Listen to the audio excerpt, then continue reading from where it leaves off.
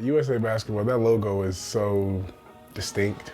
That phone number, Sean Ford, USA Basketball, when it pops up on your phone, it does something immediately. Like you drop everything, your world kind of stops.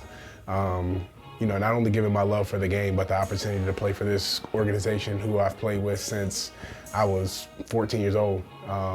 With the junior national teams and things like that, being able to win gold with this team and this organization or program, whatever you want to call it.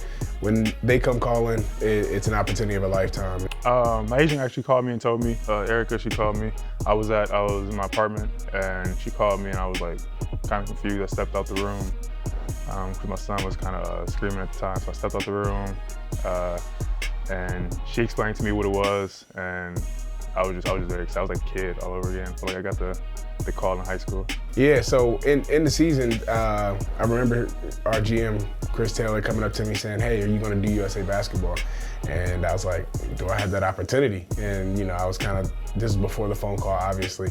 And once he kind of brought it to my attention, all I could think was, like, it's not summertime, but USA Basketball always feels summertime. And so I was like, where are they going? He's like, Mexico. I was like, ooh, I could take Mexico after this Fort Wayne and then Midwest win.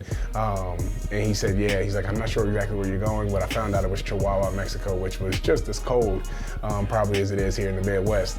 But it was an opportunity for me to go out there and really just lock in on that team in particular.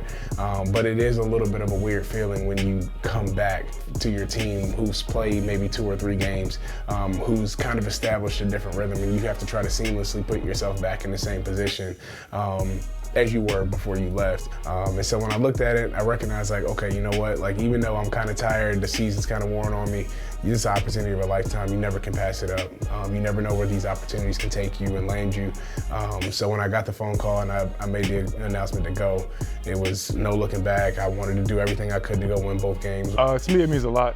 It's even tighter brotherhood, I think, more so than NBA, because not everybody gets to do it. And just being around those guys, Sean, Jim, they were very good to us, treated us very well.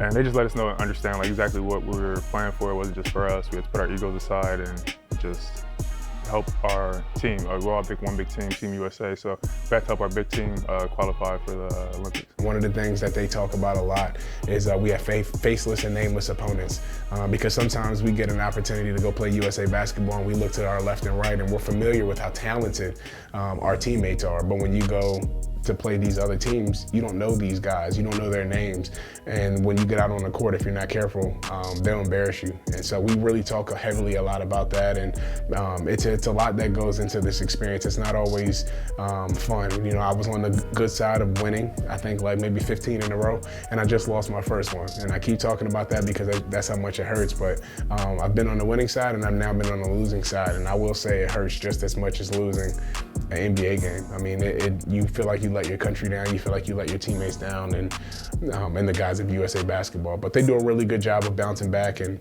they just went 1-2 more with my teammate. The first game against Puerto Rico, they came out and just blitzed us. They were, it was fun. It was. I wasn't sure what the competition level was gonna be like. I know they were good. We had to show them respect, but I knew who we had on our team. So for me, it was just I wasn't sure what to expect from them, and they came out and just made every shot, was going 100 miles per hour in the first half. And I'm a competitor, so for me that was the funnest moment, because we got to see their best basketball in that moment. Obviously, so I saw the group text that said we're gonna watch Justin's game tonight in the film room after practice. So if you want to leave and go get lunch and come back, that's what we're doing essentially. There was no optional or anything. So when I saw the text, I was like, dang, I definitely have to play well tonight because the whole team is watching.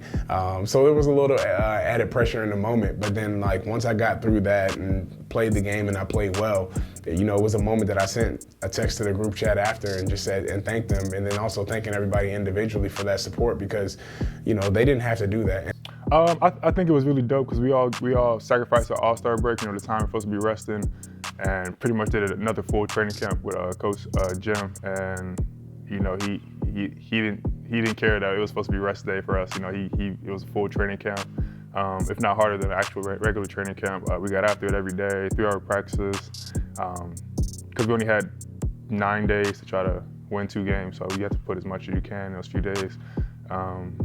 But it was very intense the whole time. And for the guys, like I said, the guys who sacrificed our time, being away to get our rest, and also just being away from our family. You know, it's All-Star break, you usually go on vacation with your girl, your family, go home and just rest, and we were all in the gym together. So it was pretty dope.